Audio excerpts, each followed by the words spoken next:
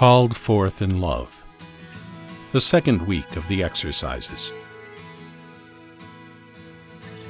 The first week exercises could well be thought of as sustained in love.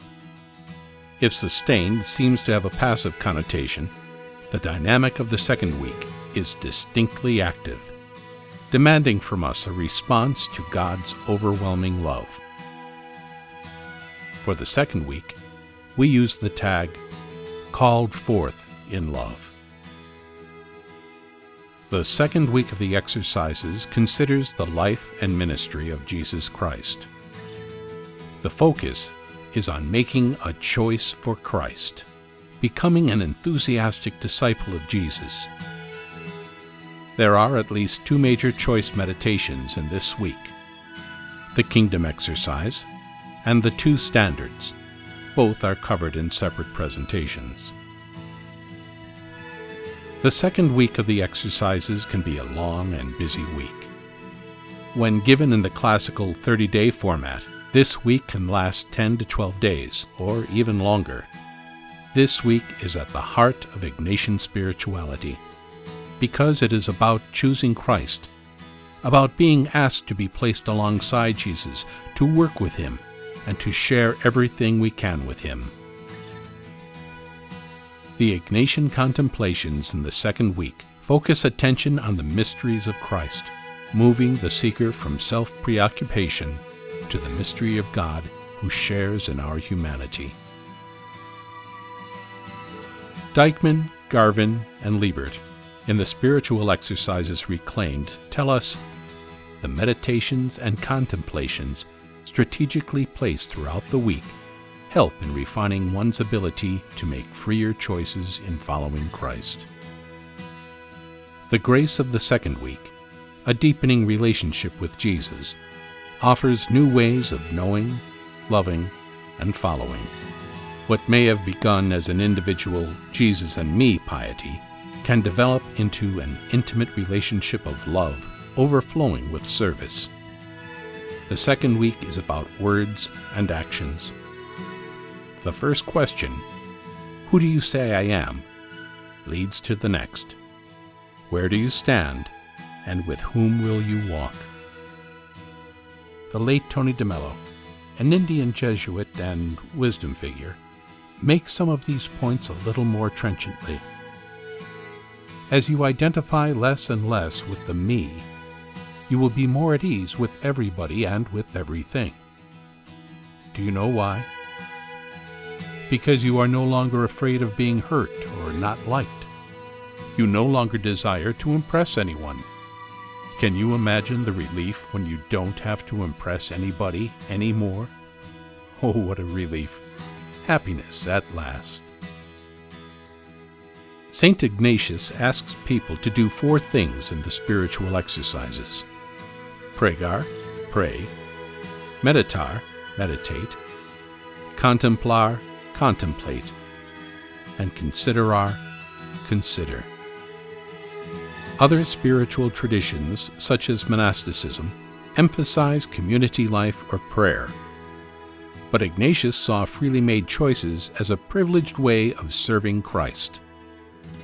Ignatius saw himself united with God the worker as God labored in the world, choosing to labor with Christ in building the reign of God. The second week is entered through the Kingdom exercise, but the week is focused on gospel accounts of Jesus from the Incarnation right through to the end of his public ministry at Palm Sunday. We have exercises on the Incarnation, Nativity, presentation in the temple, flight into Egypt, finding in the temple, his baptism, temptation in the desert, the marriage feast at Cana, and on through the scriptures of the New Testament. The first day of the second week, if presented in the traditional way, has prayer periods arranged as follows: the first meditation, the Incarnation; the second meditation, the Nativity; repetition, repetition, repetition with application of the senses. repetition and the application of the senses are both central to the Ignatian prayer experience. Ignatius presupposes that as the second week progresses, the retreat maker is in a prayerful, faithful stance and delves even deeper into its mysteries.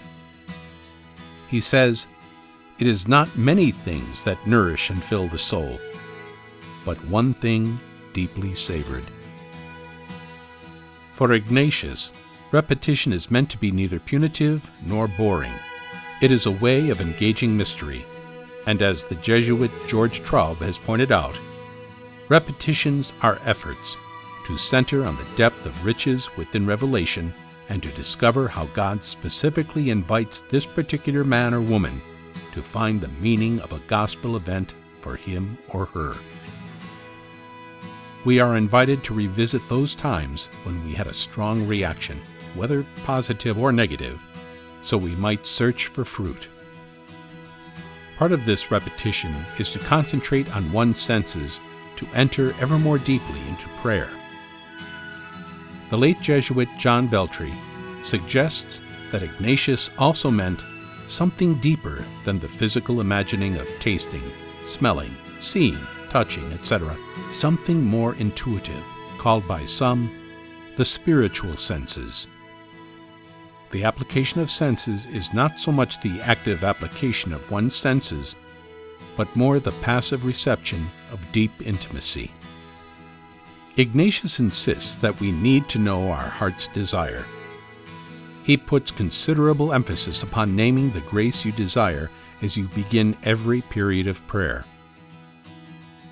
Another feature of Ignatian prayer is called the triple colloquy, or a three-part intimate and prayerful conversation with God the Father, Jesus, and Our Lady, which concludes each period of prayer.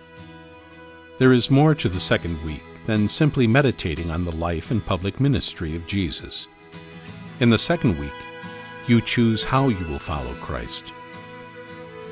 Starting on the third day, Ignatius introduces a consideration of different states of life, which leads into a meditation on two standards, which is another step in choosing to follow Christ and labor with Him.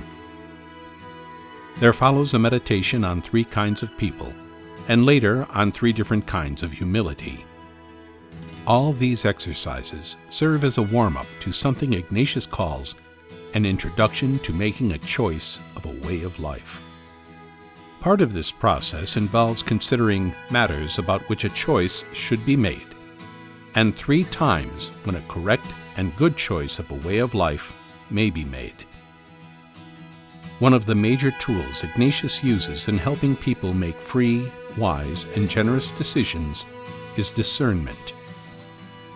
Discernment is a reflective way at looking at our lives in order to become aware of the interior movements that lead us toward God or away from God, so that we might become free to make life-giving choices.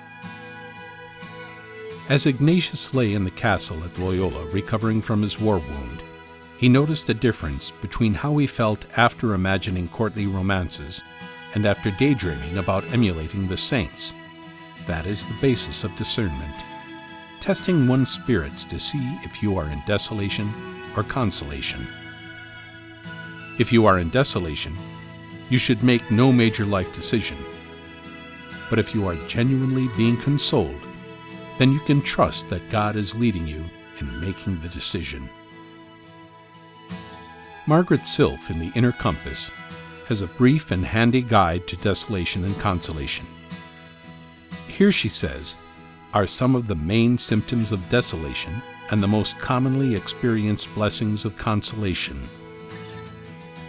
Desolation turns us in on ourselves and drives us down the spiral ever deeper into our own negative feelings. It cuts us off from community, making us want to give up the things that used to be important to us. Desolation takes over our whole consciousness and crowds out our distant vision. It covers up all our landmarks and drains us of energy. Consolation, however, directs our focus outside and beyond ourselves. It lifts our hearts so that we can see the joys and sorrows in other people, bonding us more closely to our human community. Consolation generates new inspiration and ideas, restoring balance and refreshing our inner vision. It releases new energy in us, showing where God is active in our lives and where He is leading us. By the end of the second week, those making the exercises should have come to a clear and conscious decision that they want to labor alongside Christ in building the reign of God.